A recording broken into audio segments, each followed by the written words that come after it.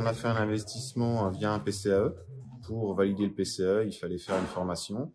Donc moi j'ai choisi de faire une formation en agriculture de conservation. Et donc ça a découlé tout naturellement sur la construction du semoir, parce qu'en agriculture de conservation, on fait beaucoup de couverts. Et nous, notre principe de semer les couverts à la volée, comme on disait avant, au semoir en engrais avec un passage des chômeurs par-dessus, ne nous allait pas du tout, parce qu'on réussissait à faire un couvert valable une fois sur 5.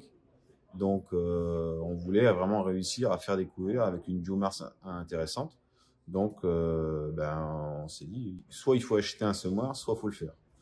Et vu le coût d'un semoir neuf ou d'occasion, on s'est dirigé plutôt vers l'autoconstruction, qui nous a permis de faire notre semoir à notre sauce et à un coût réduit.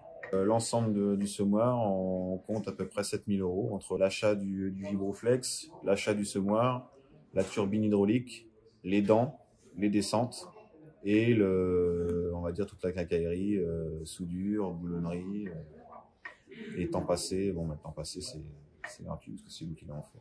On est sur un système hydraulique, donc on n'a pas besoin de régime fort sur le tracteur.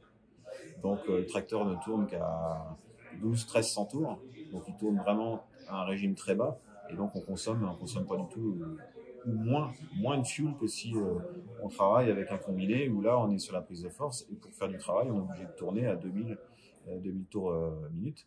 Donc vous consommez 200 litres de fuel dans l'après-midi. C'est une année test, on a fait que pour les faire les couverts. On va vers s'en servir pour semer du blé, pour semer des colzas. On va lui faire beaucoup plus de choses qu'on avait imaginé.